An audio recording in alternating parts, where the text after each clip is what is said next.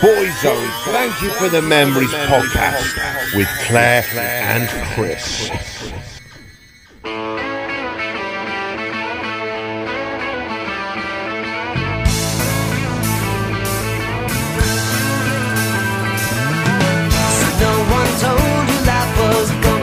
Hello everyone, we are back. This is Boyzone, Thank You for the Memories, the podcast. Yes. You're Claire. I am, hello. Who am I then? I think you must be Chris. By process of elimination, yes, I am Chris. Welcome to a very, very, very special episode. It's very special. This is the one with Boyzlife. Yes. So, it's a Boyzlife special. Yes. And it couldn't be made any more special without our very special, I keep saying special, yes, our very special guest, the one and only Keith Duffy. Oh my God. He's going to be coming very, very soon. We're going to be hearing from him. We're going to be speaking to him all about Boyzlife and everything. Ah!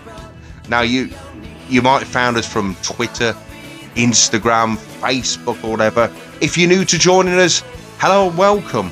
Yes. This is what we've been doing for a while, isn't it, Claire? Oh, a good while now. Yeah, since start lockdown. I've lost track of how many episodes we've had. Oh, I know, we've done all sorts. It's been all focused on Boyzone. It has, yeah. But we wanted to do something a little bit different, a little bit current. Yeah. And what more current than Keith having finished his sellout Boyzlife tour all over the UK. Yes. To talk to the great man himself. Oh, will you stop saying that? Making you even more nervous. I'm shitting it. Now, you might hear the Friends music in the background. Mm. Now, if you've been on planet Earth for the last at least 30, 40 years, you might associate the fact that the Friends music relates to the name of this particular podcast. Oh, yeah. The one with Boyzlife. If you don't understand it, where the bloody hell have you been? I'm sure people understand. Trying to explain it for anyone who doesn't. No. But I'm sure everybody knows. Yeah. Now, you may be sceptical that we might have Keith on. We've not just dragged any old Irish person off the street to speak to, like some kind of impersonator. Oh, he's definitely not an impersonator. It's him. And he will prove it. And Keith is coming up very, very soon. 100% Ox, 100% Keith. I'll be there for you. I'll be there for you. I'll be there for you. 'Cause you're there for me too.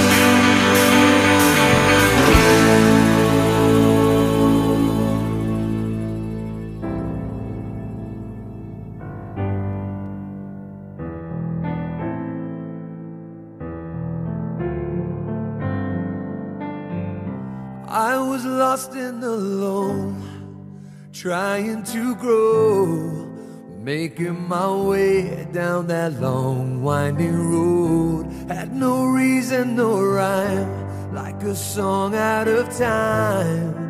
There you were standing in front of my eyes. How could I be such a fool to let go of love and break all of the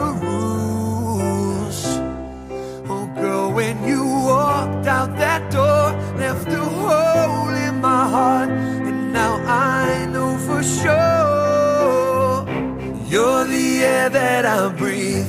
Girl, you're all that I need, and I wanna thank you, lady. You're the words that I read, you're the light that I see, and your love is all that I need.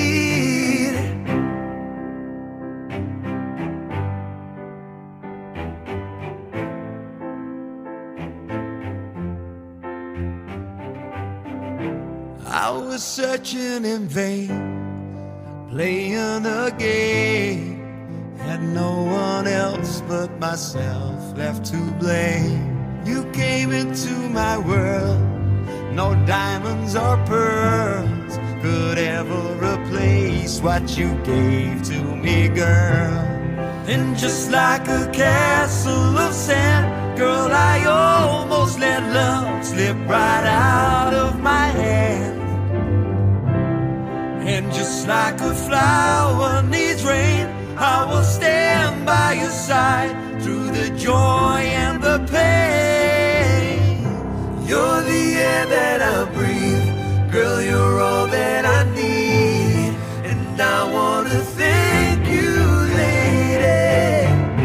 You're the words that I read, you're the light that I see, and your love is all that I need.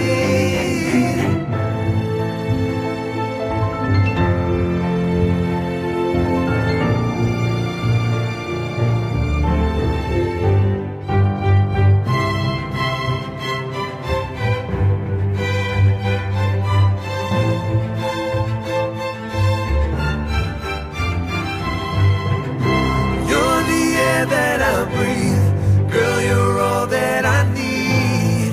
And I wanna thank you, lady.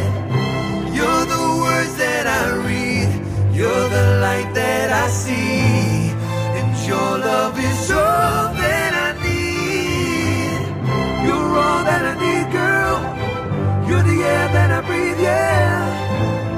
And I wanna thank you, lady. I wanna thank you. You're the words that I read, girl. Your love is all I need, yeah. And your love is all that I need. I wanna thank you. I want to tell a little story. Okay. A little personal story. Nothing graphic, don't worry. Okay, I'm not getting too obscene here. Okay. Cast your mind back, Claire, to Right. Christmas 2019. Okay. Okay. I purchased tickets to see Boyzlife at the De Montfort Hall in Leicester for you for Christmas. Yes, you did. And I you were- remember. I was very excited. You were very excited. I weren't you? was. It's a wonderful Christmas present. I was Yes. very delighted with it. I was You happy. were very proud of I was yourself. proud of myself. I was very proud. So bloody should be. Mm. Okay. I didn't buy meet and greets because I'm a stingy twat. That's very true. Very true. The fact that I didn't buy the tickets, I'm a stingy twat. Or both. So, Both. Right. Okay. Let's move on. yes. Okay. Picture the scene. Okay. Mm. This was meant to be, the gig was meant to be in March, back in March 2020. Mm. And we all know what happened in March 2020 without naming Yeah, names. let's not dwell on it. Okay. But we all know because, yeah, Yeah. all that shit kicked off. Mm. And unfortunately, right at the death of it, Oh, yes. The It gig- got snatched from my grasp. yeah, it was like taking candy from a baby. Oh, it was soul destroying. It was. So we missed that. The gig was rearranged for later in the year. September, I think. I think it was September, Yeah. something like that. I can't remember the exact dates Mm. or the exact math. Mm. But once again, it was cancelled Yeah. because we all know what's happening at the time. Yes. I thought, is this gig ever going to bloody happen? Then it got rearranged, I think, for, was it April? Think so, yeah. I think so. I've literally completely lost track 'cause it's been rearranged so many times now. Rearranged so many times, cancelled again. And then September, Yes. September the 3rd, 2021, 18 months, Yes. give or take a day or two, Yes. from the initial gig Yes. meant to be happening at the De Montfort Hall, Leicester, September the 3rd. It finally fucking happened. It did. And we were there. Oh, it was a fantastic night. Yes. Now, I'm originally from Leicester, so it meant kind of like, it was a homecoming gig for me. Well, it was handy for me because you knew your way around. Obviously, Yeah. like where the decent pubs were and stuff. Yes, and then when we got hotels. in there, you'd been there before. Mm. So it was quite handy for me, really. So I could just kind of chill and relax and So enjoy. we had a couple of drinks before the show. We went to the gig. I had a couple of drinks in the bar, We did. out on the veranda. Yeah. We called it a veranda. It wasn't really a veranda. It was some steps, but there we go. Right. We talked to a few people. Yeah. And there we go. We took our places in the auditorium. We did. And the gig, it happened. It was great. Oh, it was It was great brilliant. fun. It was great fun, wasn't it? It was a real positive because it was the first gig of the rearranged tour. It was the first one. So it felt really special. Yeah, people waited a long time for this. Yeah. And it really felt like that. And the crowd were up for it. We were up for it. Brilliant. And the boys, Keith and Brian, they were both up for it too. They were loving it. They were on fantastic form. So we had a great time. And then after the show, we went round the back. Wow. Come on. Yeah, I kind of did not really giving you an option on that. Well, no, you didn't. No, you forced me against my will. But then he says to me, he says, well, I'm not going to wait all night because it's going to be cold. We'll just wait for a bit. Yeah, I'm hungry. Because he's hungry. Yeah, I'm a growing lad. And, yeah, but then a bit turns into over an hour, was it? It was approximately an hour-ish, wasn't it? Yeah. And there was a lot of false doors. There was people coming out. There was. It was like people swore, "Is it them?" No, it wasn't. It was like the support act or whatever. That's it. He came out, didn't he? We had to chat with him, and he said, "Oh, there won't be long because they're going to switch the lights off soon." Yeah. So I said, "Right, we've got to wait now." Then security guards or the that's it. kept Yeah. coming out Instruments. All sorts. You know, we felt like throwing fruit at them because it wasn't Keith. It wasn't Brian. It wasn't. No. But eventually, it happened. It was worth it. Brian came out first. He did. He's a very tall man. He's a lot taller than I thought he was going to be. I'm a tall man. He's almost as tall as me. Yeah, well, not many people are as tall as you. No, so we can't hold it against him that he's not as tall as me. No, but he's a very tall man. Yeah. And he came out first. And because he's a bit taller than Keith, I didn't see Keith approaching. Right. Because he had his cap on. He did. And suddenly, there he was. Yeah. And, wow. I'll let you take it from there. Well, you couldn't speak. You were I was rendered completely speechless. Yeah, there was a few of us out there waiting, wasn't there? Okay. No, we weren't with them, but we kind of chatted to people outside. A lot of them were waiting for Brian, though. The people that were waiting for Keith had to go because they had work the next day. So, made a beeline for Keith. Oh, we did. And we must, just before I go on about this, we must apologise to Brian.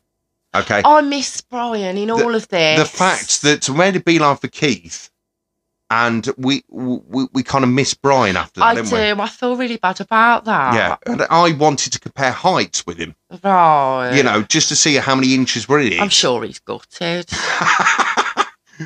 But anyway, Keith came out. We had a photo with him, didn't we? We had a photo and we had a bit of a chat. Well, you had a chat. I didn't say Had a chat. much. I just kept saying, "Thank you, Keith. Thank you, Keith. Thank you, Keith." That was all I could say. A bit embarrassing, really, wasn't it? But what, for me? Yeah. What are you trying to say? But you were at the time, weren't you? Because you were a bit starstruck. Right. But anyway, I did a bit of the talking. And a lot of the talking. Okay, usually I do. Okay, because I've got a big gob. Yeah. But I spoke to Keith. I mentioned this podcast. You did? And I said, "Are you going to come on and do a podcast with us and talk about Boyzlife?" And he said, "DM me." And you said we already have. We have. But we DM'd him again. Yeah. And many times. Yeah. And we get there in the end. Yeah. Obviously, you'll find out about it very, very shortly. Yeah. And, the rest is history. It is. So what a wonderful gig. And cast your mind back a little bit to July 2020. That's when Strings Attached was released. Yeah. Boyzlife's first ever album. Yeah, and it did really well, actually, didn't it? It did. It was kind of like very high up in the charts, the iTunes charts, wasn't it? Yeah. I can't remember what number it got to now. That but it was happens now, though, doesn't it? Because it's a bit different to the olden days that we're both used to. Keith touches on this, doesn't he, actually? He does. But it's a bit different than the olden days. We used to wait by the radio. Yeah. Listen to Bruno. It was very exciting. Bruno Brooks, Gary Davies, and I think it was Simon Mayo in my Simon Mayonnaise. No, and Simon Mayo. Stop it. But used to wait for the Sunday. But now you get kind of like a yeah. It's like a real time. It's not the same. Real time, isn't it? But it did very, very well in the charts. Did. Yes, and deservedly so. Yeah. And of course, we all know that it was a mixture between Boyzone and Westlife songs. Yeah. But in Boyzlife's style, with a big band, with the orchestra. It was lovely with the orchestra. It was. And obviously we had segments of that during the gig. Yes. as well. All with their smart blue suits on. Very dapper. Very dapper. There was a lot of costume changes. They did well. Yeah, it was like panto. There was a lot of costume changes. Yeah, wasn't definitely. Yeah. So not forgetting the boy band medley with all the kind of a basketball gear. Yeah, the full get up. Yeah. Yeah. Nike Air Jordans on. All that. But you've been waiting for this. Yes. You've been waiting for this. Yes. Coming up very, very shortly after this, we will be speaking to Duster Oh my God. Keith Duffy. The Ox. Come on, the Ox.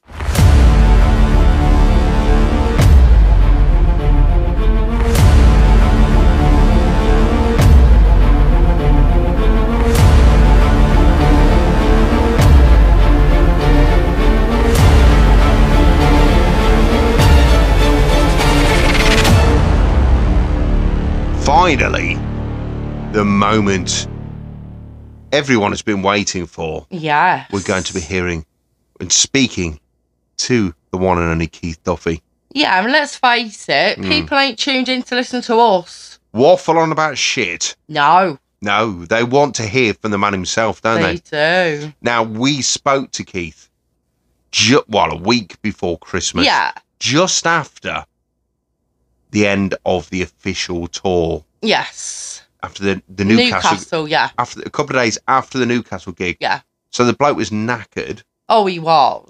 He's knackered. He was. He's not much sleep. No. So let's go ahead with it. Yeah. Let's speak to him. Let's hear from him now. Oh, God. Oh, my God. Hello, Keith. How are you, pal? You all right? Good afternoon. How are you guys? You well? We're all right, aren't we? Yeah, we're not too bad. We're very honoured that you've come onto our podcast. Very, very honoured. Yes. You're very honoured. You never gave me a choice. You haven't stopped fucking annoying me for the last bloody 3 months. Well, it fucking worked, didn't I'm it? shaking off a bloody leaf, so... So, Yeah. Keith. Yes, sir. Boyzlife. How did it all start? Whose idea was it in the first Yeah, place? was it yours or Brian's? Now, look, we're going just to kind of recap on the whole Boyzlife thing. We started off back in 2015, myself and Brian, we're at a gig together in November. I told him I was going to try and do this autobiographical show. So long and the short of it is we did that together. That went on for 2 big tour stories, Laughter Music 1 and 2. Then we decided to try and do more music, and we went into the academies and we were playing these kind of small academies, and that went really, really well. We were only singing the backing tracks, and that went really well. And then we were lucky. This guy called Mark Ellis and Luke Ellis, this team of this family of promoters approached us and said, look, guys, we'd love to we'd bring it to the next level, put a full live band behind you, get you back in the studio, and start doing proper concerts with the bells and whistles and the pyros and the lights. And we kind of laughed, thinking, I don't know if anybody will come along. And he was right. He was right there, wasn't he?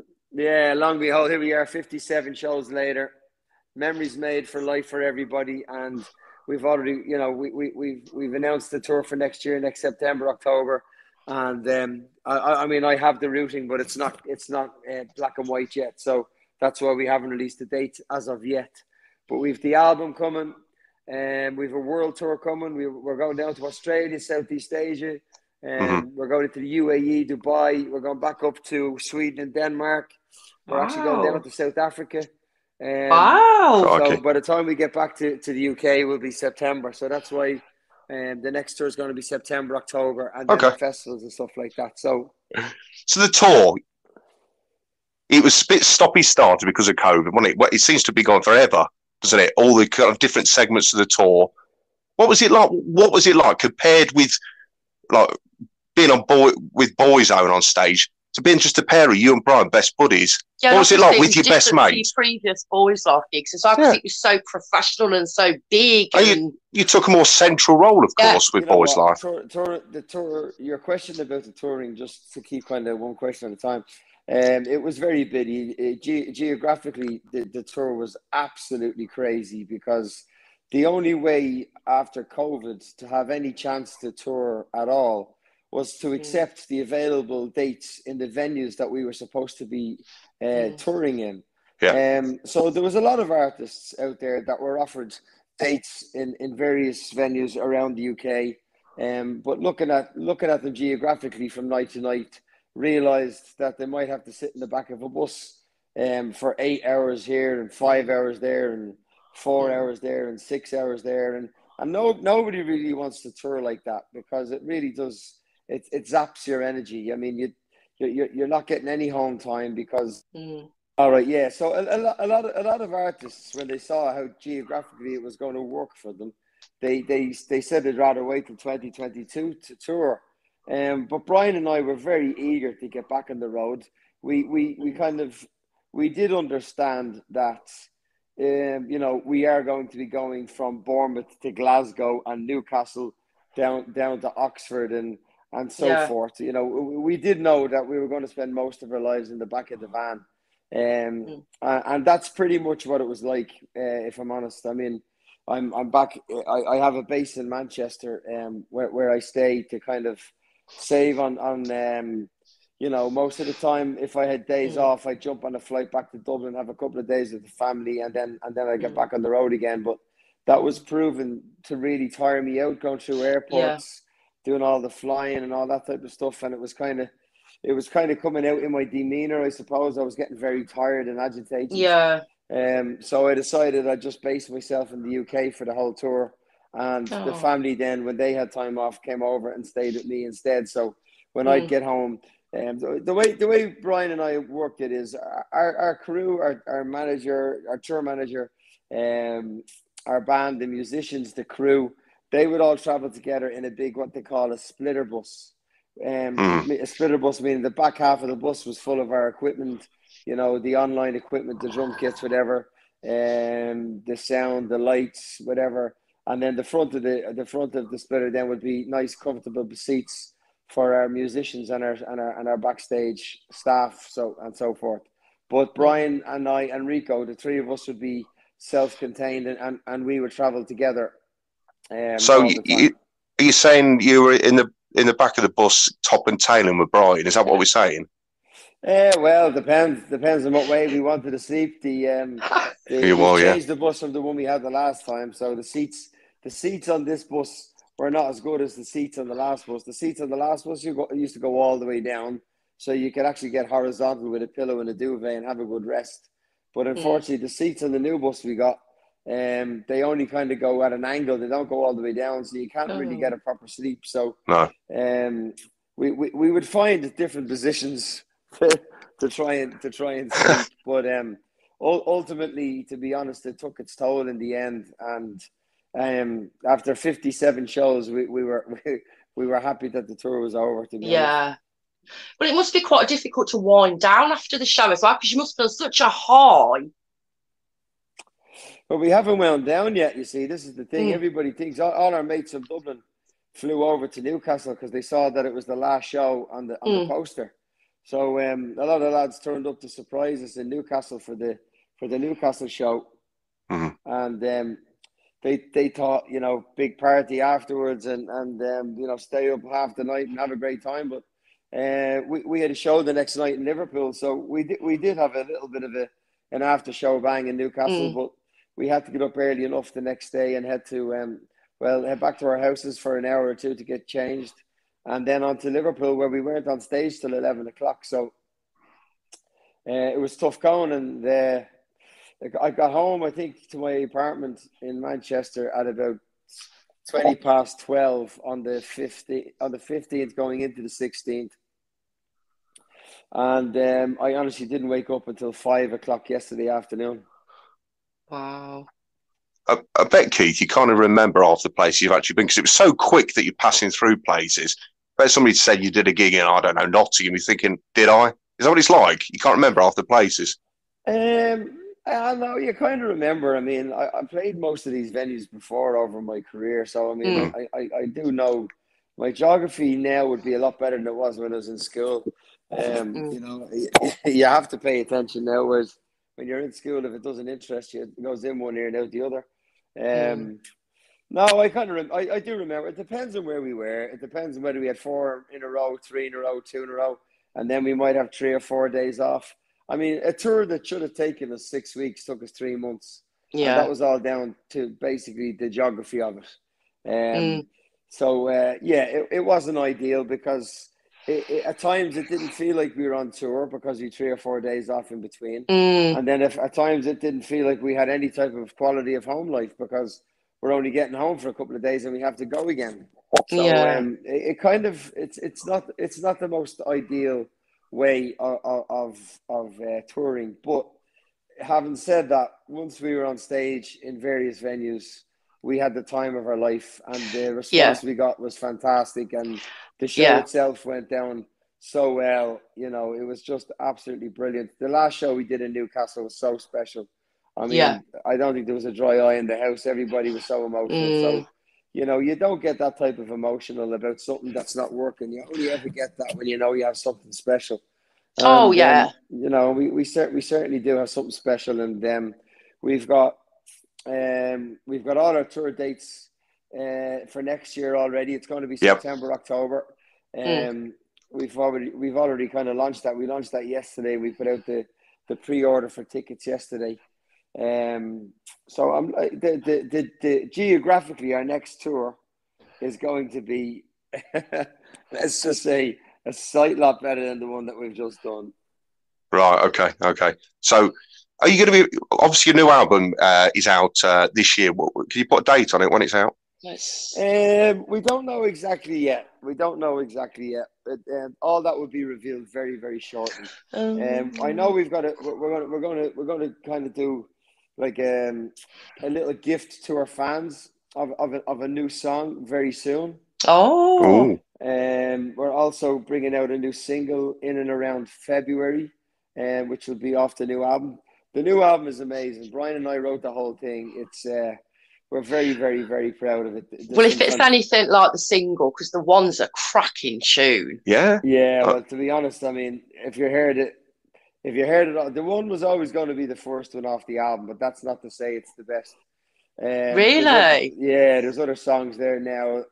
I mean, they're all very 80s vibe. We love the 80s, and what we kind of felt was a lot of the songs of today, you know, for the kids, when we were growing up, when we were 15, 16, you know, back in the, you know, all the late 80s music, there was songs about life and romance and love and heartbreak and adolescence and the kind of things that 12 and 13-year-olds kind of, you know, think about, and you know, the slow sets in the discos and the nightclubs, you know, they kind of stick with you. They bring back a time of your life. They bring back a person that might have been of interest at that time of your life. A lot of the songs now are just different. There's a lot of rap. There's a lot of reggae. There's a lot of gangster stuff. There's a lot of, I mean, the stuff the kids are listening to today, it certainly is not my cup of tea whatsoever. No. And, you know, I mean, even back to the old rock music. I mean, U2 are my favorite band, but even U2 had great songs where, you know, you have memories of what you were doing at that point in your life back then, and it's bringing back that you know, that Bon Jovi sound, that Def Leppard sound, the U2 sound. I mean, we're just hoping that, number one, our loyal and existing fans, you know, buy into it and they like it. But again, we want to bring out music and create a new audience for ourselves. You know, an audience that does know the old stuff, but more than that, knows the new stuff even better. You know, and the way for us to do that is to get on the radio. I mean, believe it or not, you've got all this technology now with the internet and online, but the oldest thing in the book is as it was known 60 years ago, the wireless. You know, we all know now the wireless to be something different than what it actually started off to be, but the wireless was the radio. You know, an entertainment box that sat on the shelf in the house, and it was how they broadcasted news. It was how they broadcasted music. It was how they broadcasted to the people around the world what was going on around the world. And to this day, you know, the radio, getting into the car in the morning, bringing the kids to school, picking them up from school, driving to work. I mean, even though most people don't even have a CD player in the car anymore. Their phone can plug in by Bluetooth or whatever, but most people just leave the radio on. And, you know, to get your songs radio played now, is still a huge, a huge way of advertising it and getting people to know your new stuff. So that's going to be our biggest challenge, really, is getting the stuff played on radio. I mean, we got a few plays on radio too. We got a lot of plays on regional radio and so forth. But with the one, for example, we didn't get half the amount of radio play we were hoping to get, or half the amount of radio play that we were promised. And that's that's very disheartening for us, because we'd worked so hard on the new material, and we really do believe it's great. Well, look, what every artist is going to say that, but we're very passionate about the music that we've made, and the new album is fantastic. It really is. But people have a different way of listening to albums now. I mean, when I was growing up, you stuck the cassette tape in and you listen to it from start to finish. Yep. It took too long to rewind and fast forward. Yeah. You know what I mean? It was it took ages. So you knew every song on the album. Now people just stream their favorite songs. They just download their favorite songs, and that's fine. And that's what I mean with the new album. Honestly, you could have there's at least 6 or 7 singles on the new album. We didn't put any album tracks on there. We put all our favorite songs down. There's only one ballad. Right. For Westlife and Boyzone members, there's only one ballad on the whole album. Wow. So when it comes to the tour later in 2022, is it going to be a mixture? Because it's the old school tour you've named, isn't it? Is it going to be a mixture of like what you've been doing for this tour, or is it going to be predominantly the new stuff? No, we're very, very, very aware that our fans like to hear the old. Yeah, no, we're very aware, Ryan and I. When we go to see our favorite bands playing, like if I was a big Police fan, I was a big fan of Sting. If I heard Sting was going out on tour and I went out and he just did all his own brand new stuff, as much as I love him, I don't think I'd enjoy the show that much, No, that's right. You do get some of these artists who do that. They think, no, I'm not playing all the old stuff. Refuse to do it. Yeah. I'm playing my new stuff. I want it to be aired. But you're right. That's what people want to hear, the old stuff as well. They do. Yeah. That's what you're known for as well. That's what people enjoy. Absolutely. And we're of the very same kind of insight as that, at the end of the day, between Westlife and Boyzone, there's over 20 UK #1 songs. There's no way we cut them out of our set. No. I suppose, if I'm honest, it's called, we're calling it old school because the album more than likely will be called old school. The reason we call the whole thing old school was because the whole sound, our Boyzlife original sound. This is our very, very first album. It's the first sound really of Boyzone, or Boyzlife, should I say? But our sound is Boyzlife sound is the sound of Brian and I. It's what we went into the studio. It's what we wrote together. It's what we created. It's what the one is. And the next songs that we have to follow, you'll hear that there is a connection between all of the songs. Like I said, there's only one ballad on there, and even the ballad kind of ties into the same timeline as the other songs that we've recorded. It's exciting. Just looking forward to hearing more. Yeah, I can't wait for the album. Because we obviously heard the one, but we were thinking, is it all going to be similar like that, or we didn't know, and now you've given us kind of like a taster for it now. Yeah, well, an album should tie in together. An album should kind of have some sort of flow to it, and we were very, very aware of that. We were very aware that we wanted a flow to the album, and with the likes of the one, it was, like I say, very 80s. So with everything, with the new producer we worked with, Jackson, he's only a very young guy, wasn't even around in the 80s. I don't think he was born until the late 90s. So, for him to kind of indulge himself into 80s music to try and kind of facilitate the sound that we were looking for was amazing. It was very generous of him because he's a very, very, very talented guy. This is a producer that you're going to hear an awful lot about in the future. He's done all sorts of stuff, and he can turn his hand and his ear to most music styles, but he's just very good. The mastered finished album, we literally only got delivered yesterday.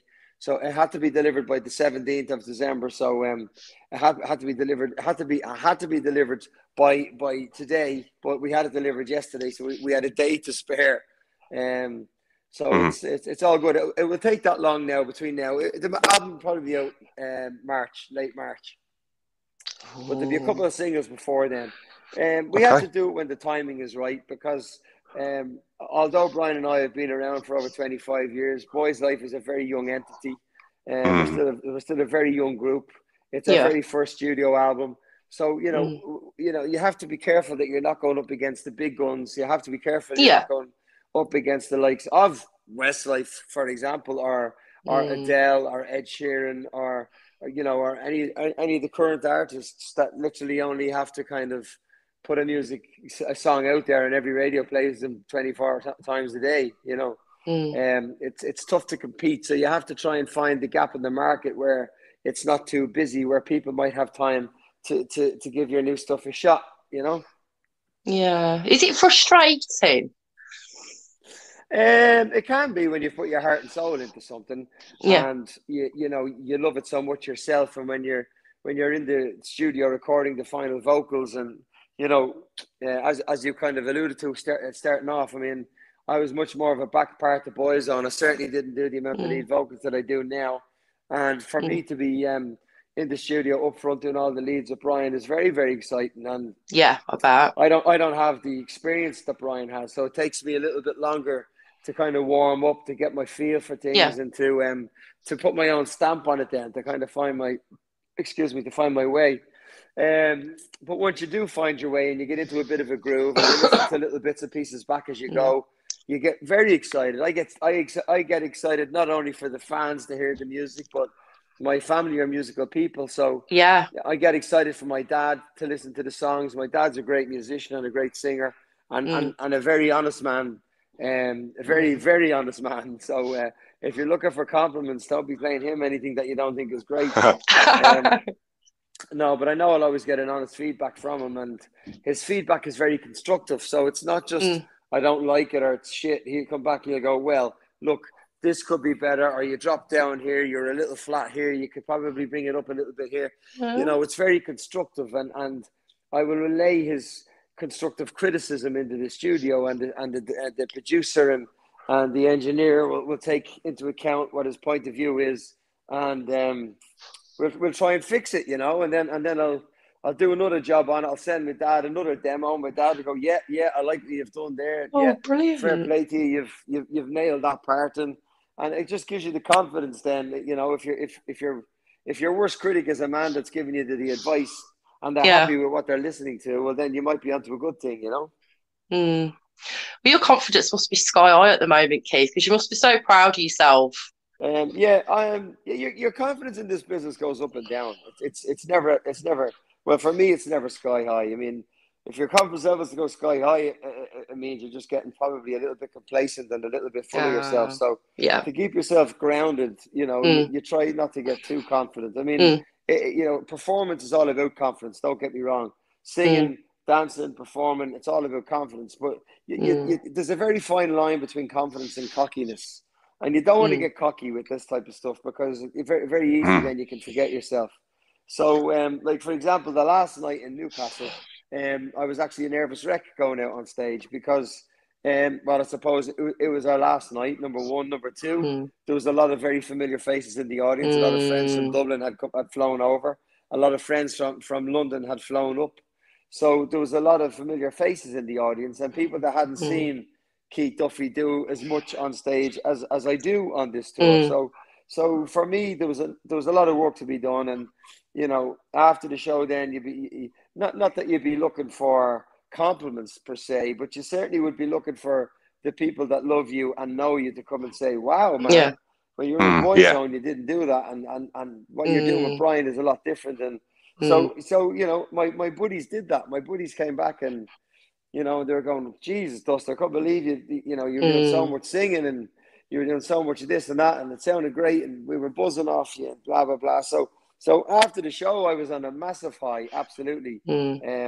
It was horrible. It was horrible waking up on the 15th. I think I woke up at about 12 o'clock on the 15th. And obviously check out a hotel is 11. So we're already about 45 minutes late checking out.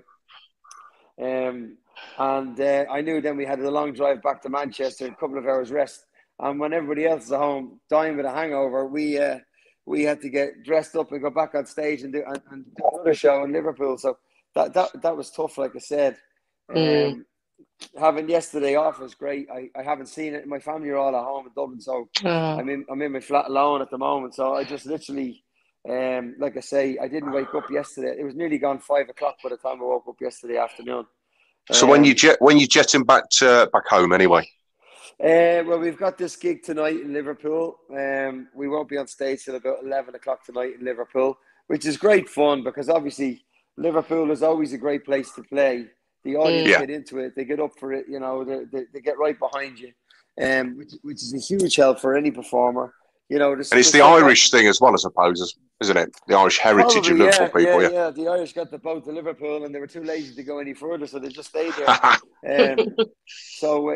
mean, it's going to be great. But then we've got to get some sleep again tonight because we've got a corporate event way down south in a place called Chard tomorrow night. And I think if you look on the map, depending on traffic, it could take up to 8.5 hours. Oh my God! To get down to Chard. So we've got that on the 18th, which is tomorrow. And then when that gig is over, we'll probably spend the night there and then drive back up on the 19th. So we'll get back up to Manchester probably dinner time into the evening time on the 18th, which I think possibly is Saturday or Sunday. I don't even know my days, to be honest. And then I'll be get myself back to Ireland, to get myself back to Dublin for Christmas. Oh, you deserve well-deserved break over Christmas. I have to say, I'm looking forward to it. I think the family we have a couple of Christmas traditions in Dublin city centre where we go in and we meet a lot of different people and we do some shopping and we hang out in a hotel called the Westbury in Dublin, just off Grafton Street. And then we have a bit of dinner. And actually, in times gone past, we've often stayed there for the whole Christmas just because I've been so busy. But we're doing Christmas at home this year. But we're expected in there on Christmas Eve. But to be honest, I'd say once I get back home to my house in Dublin, I'd be putting the Christmas onesie on, and I don't think I'll be leaving the front door. I don't blame you.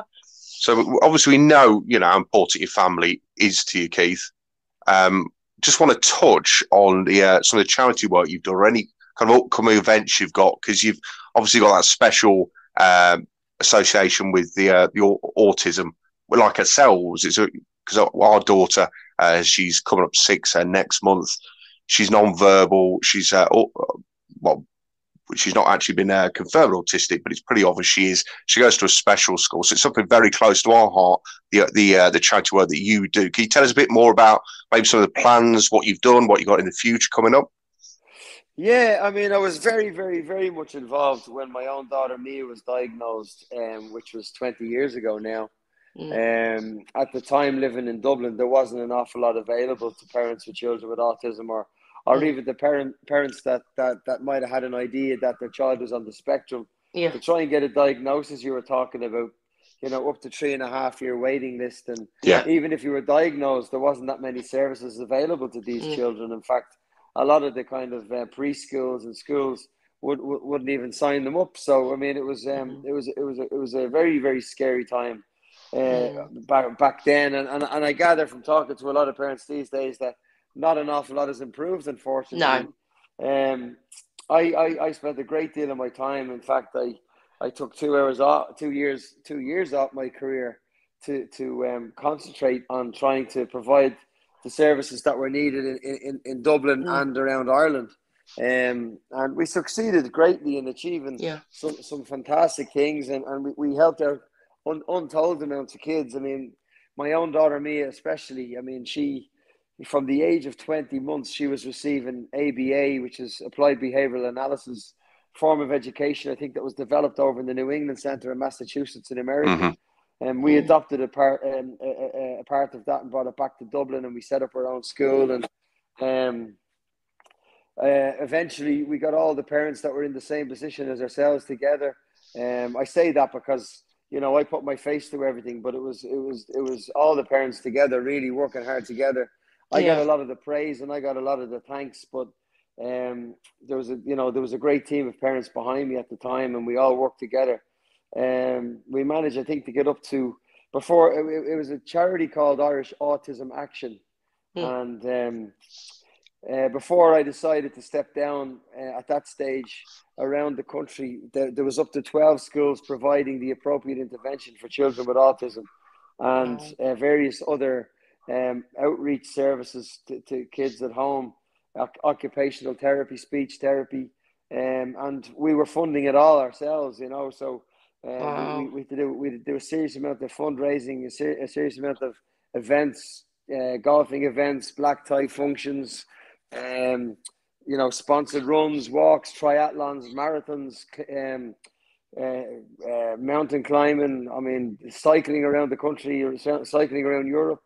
We got the list goes on and on and on. But it got to a stage, you know, where I had to get back to work because we'd gone through a recession in 2008, and until we got to about 2011, and that's when the recession of 2008 financially really started to kick in, and to hurt me particularly because I'd invested whatever I'd earned or whatever I'd made in my life into projects that unfortunately didn't survive the recession. So financially, I was in a position where I had to get back to work and make sure I could provide for my family. So I had to take a back seat with the charity work at that time.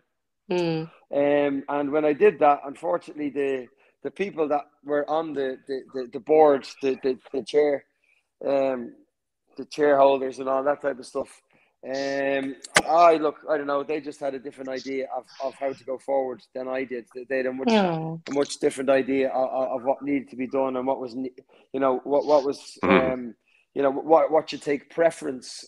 In hindsight, I suppose I should have put board members together that were independent of autism, that had some sort of an education in the business kind of financial sector, you know, running a business rather than a charity, so that to make sure that the money was being spent in the right places and that the right people were benefiting from the fundraising that went on.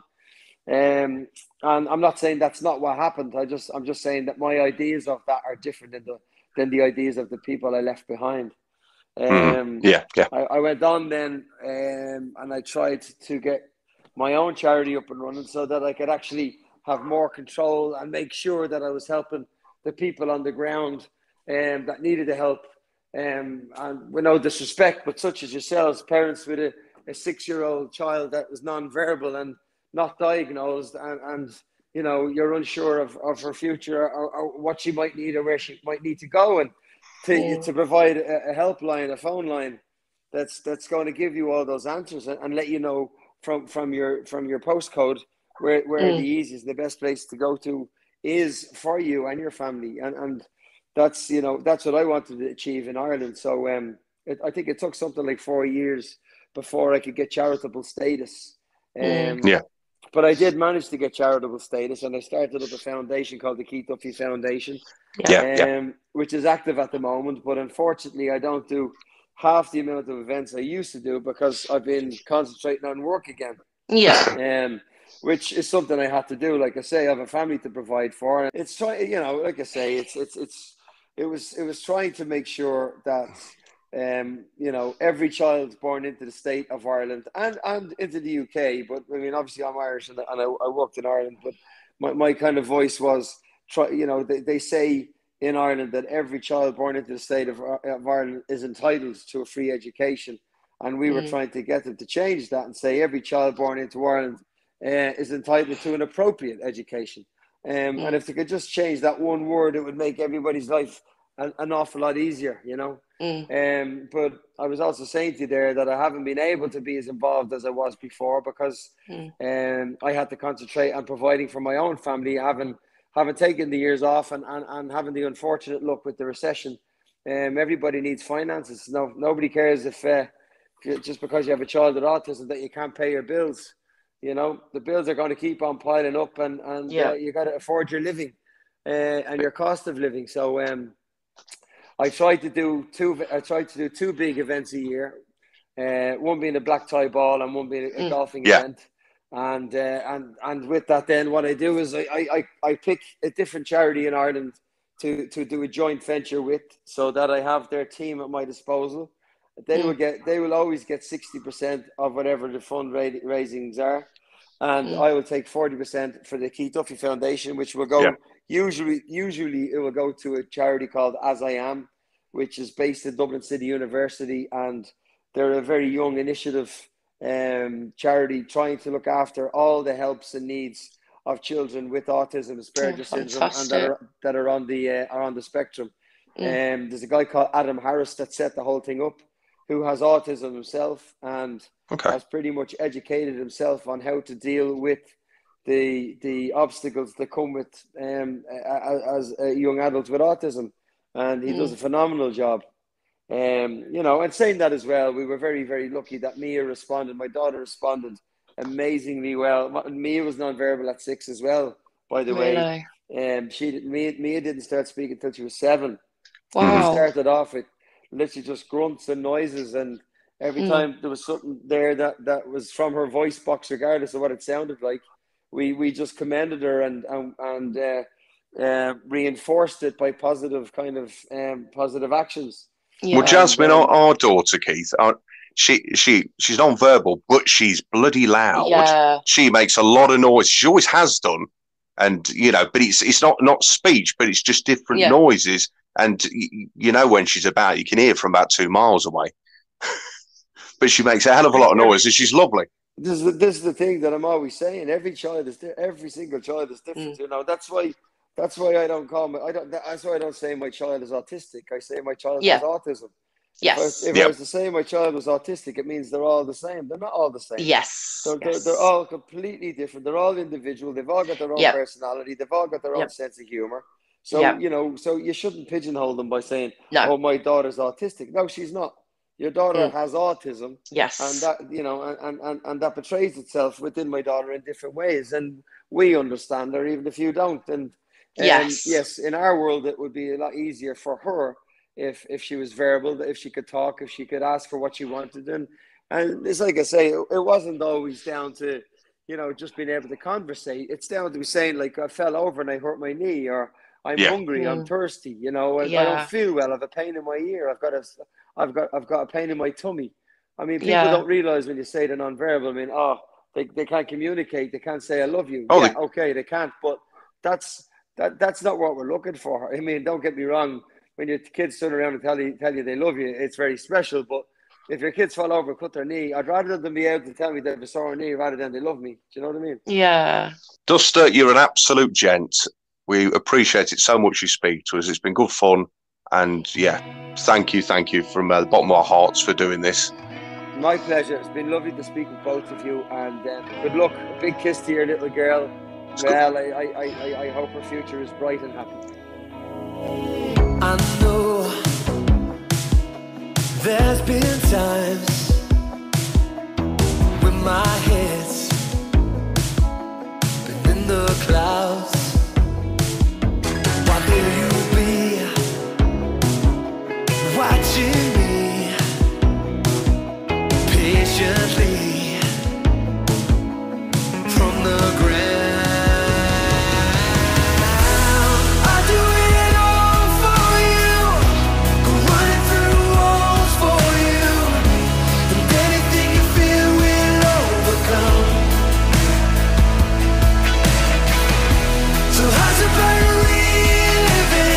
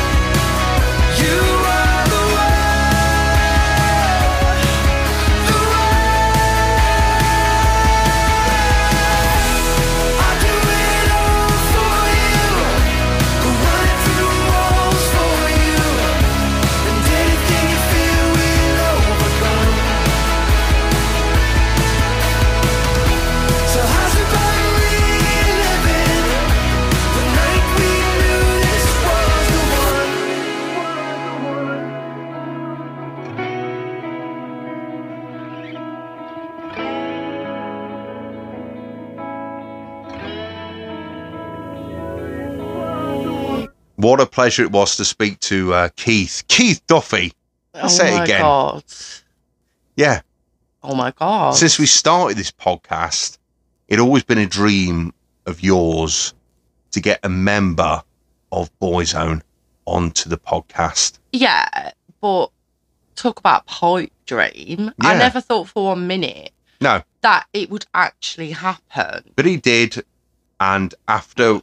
Now, I'll refer back to when we spoke to Keith, that he said it was 3 months. Now, we hassled him for a hell of a lot longer than 3 months, didn't we? It's about a year plus. About a year. Okay. Yeah. We hassled him for a year. And can you just tell everyone the state that I was in on that day that we actually spoke to him? Yeah. Well, we spoke to him on an afternoon.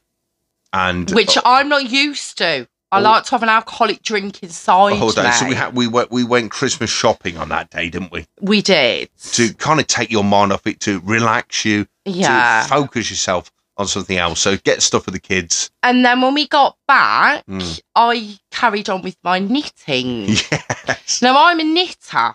Right. And I was knitting at the time a headband. Okay. Cable knit headband. First time I'd ever done cables. And I was knitting that to cope with the stress, wasn't I? Furiously. Literally smoke coming off my needles. Knitting like an animal. Literally, while we were waiting for it to connect, I was sat here knitting. You were. I was. And after the interview actually had happened, I christened that headband the Keith. The Keith. It's now called the Keith. The Keith. I finished it. It's all sewn together. It's great, but I can't wear it because it is called the Keith and it's special. It is. It's very Anyone special. wants the pattern for the Keith, just DM me and I'll send it you. Keith, if you're listening, if you fancy the pattern for the Keith and you want to wear it, I'll knit him one if he wants one. Whatever colour he wants. Yeah. Just tell me. If you want one, you're getting a bit of downtime, chilling out in your onesie, like you said. Hey. Over Christmas. Put the Keith on your head. Exactly. It could be very relaxing. It could be. It could. The wool against the pressure points of the head. The Aran wool, because it was Aran. Aran wool could be very therapeutic. Yeah. Yeah, and good for the kind of pressure points. Yeah. On the temples. Yeah. Could be. But I don't understand this knitted business. No. You do. No, well, Sonia and Steph understand. They do. You don't get that. Sonia and Steph, two very good friends of ours.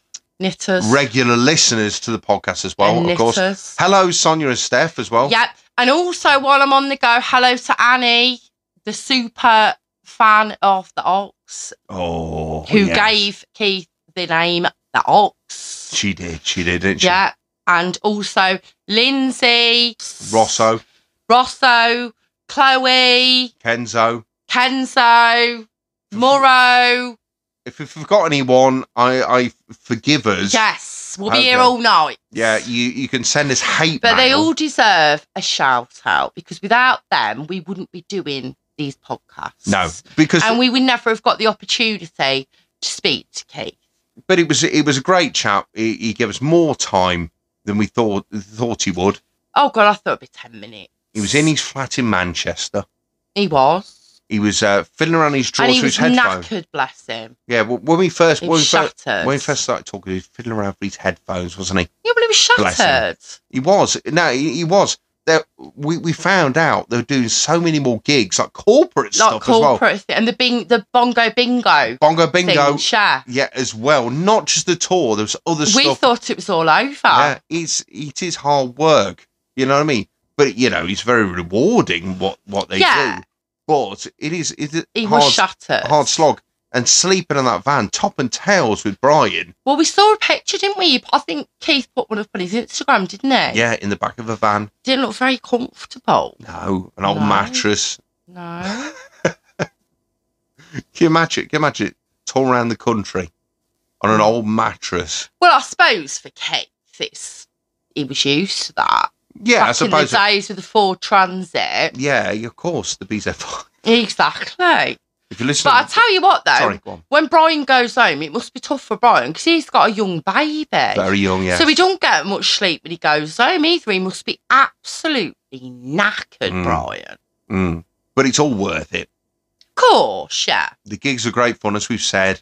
And they've announced the new tour. The new tour. That was exciting. And the new album as well. I think we got a bit of a sneak peek. We did. Have we got an exclusive? I think so, actually, with the name. Exclusive. Yeah. Old School. Yeah. That's the name of the new tour. Love it. It's going worldwide as well. By the sounds of it, it's very exciting. It's going to sorry, go on. All of the people we have in our group from different countries that keep saying, Boyzlife need to come to us, Boyzlife need to come to us. It sounds like they're bloody coming. Yeah, they're going to Antipodes, they're going down to New Zealand, Australia, even South Africa as well. Yeah. South Africa. What's the accent? Because I'm doing South African accent. Right. Accent, rather. Right. Okay. So stop that. Yes, please.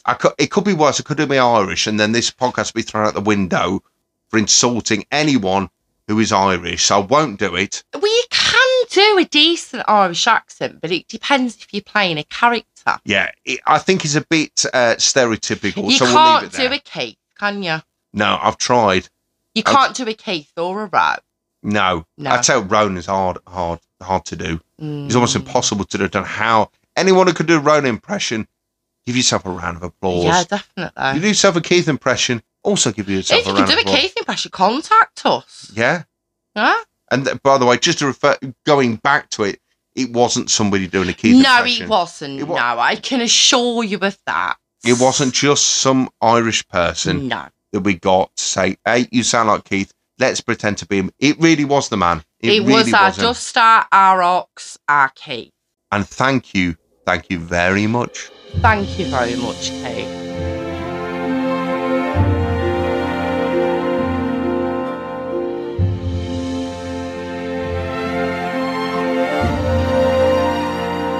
I cried a tear, you wiped it dry. I was confused, you cleared my mind. I sold my soul, you bought it back for me and held me up and gave me dignity. Somehow you needed me. You gave me strength to stand alone again, to face the world out on my own again. You held me high upon a pedestal, so high that I could almost see eternity. You needed me, you needed me, and I can't believe it's you, I can't believe it's true. I needed you, and you were there, and I'll never leave. Why should I leave? I'd be a fool. And I finally found someone who really cares.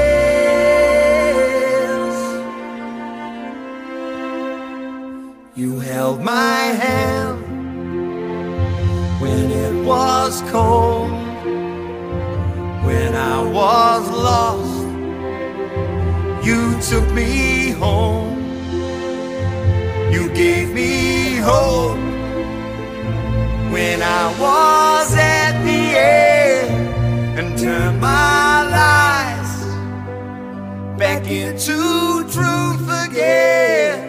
You even called me friend. You give me strength to stand alone again, to face the world out on my own again. You held me high upon a pedestal, so high that I could almost see eternity. You needed me. You needed me. You needed me. You needed me. Oh, you needed me. Yeah, you needed me. So this has been the one with Boyzlife. Oh, it's gone so quickly. It has. And it's been a pleasure to speak to Keith. It's been a whirlwind. It has, hasn't it? It certainly has. And I would like to say, apart from thank you to Keith for coming on the podcast, which of course, but I would like to say to Keith, we passed your kiss on to our daughter. Yes. Jazzy. And I would also like to say a personal thank you to Keith, because unless you're a parent of a non-verbal child with autism, who has autism, special needs, etc., I don't think you quite understand. No. And to be able to speak to Keith on the level that we spoke to him regarding our daughter, and obviously about Mia as well, was very, very special. Very personal, very special. Very personal. Yeah. And I thank him for that, because it's not often that we get to speak to another parent that has been in a similar position to us. Yeah, and the thing is that Keith understands, and it supposedly works both ways, doesn't it? Yeah. The joy, like any time anyone spoke to him, it probably doesn't get that in reverse as well. Yeah. I'd like to think that as well, but I'm sure it's true. Yeah. This has been the one with Boyzlife. It has. This is Boyzone, Thank You for the Memories, the podcast. Now, if you want to hear any of our other podcasts, we've done loads. Shitloads of them. Shitloads of them. I forget. In the last knocking on 2 years now. Yeah. Knocking on 2 years. If you search Boyzone, Thank You for the Memories on YouTube, that's where everything is. You can find us also on Spotify. Yeah. As well, where we mix it up. Now we like to put music in some of the more recent ones. They're all on YouTube. Yeah, because we feel that some of them need the music. Yeah, of course, because this is about like music. This one, I think. Yeah, had to have the music. This is music orientated, of course. So it has to include that, and it has to get the feel of it. Yeah. So we feel that as well. But we do put non-music versions up, don't we? We do as well. A bit of both. Okay. Yeah. But on social media, you can follow us on Instagram at @BoyzoneM. Yeah. Or same on Twitter @BoyzoneM as well. And also our core Facebook community, Boyzone, Thank You for the Memories. Where it all happens. The community. You can follow us on there. Request us. There are a couple of questions. There are. Please bloody answer them. Yes, because we've had a lot of people recently that are not answering the question. Please answer them, okay? Just so we can... We need to make sure you're not a robot. Yeah, because there's a lot of bots about, isn't there? Yeah. A lot of people, yeah, you know, they aren't real. You never know. You do never know. You don't. And if you answer those questions, we'll know you are completely and utterly real, and you love Boyzlife, you love Boyzone, and that's what it's all about. It certainly is. So thank you very much for listening. We hope you enjoyed it. We enjoyed it. We enjoyed making it. We enjoyed speaking to Keith. We certainly did. We'll be back very soon with another podcast. God knows what it's about. I'll cook that up. We will. So thank you, good night, and God bless. Bye.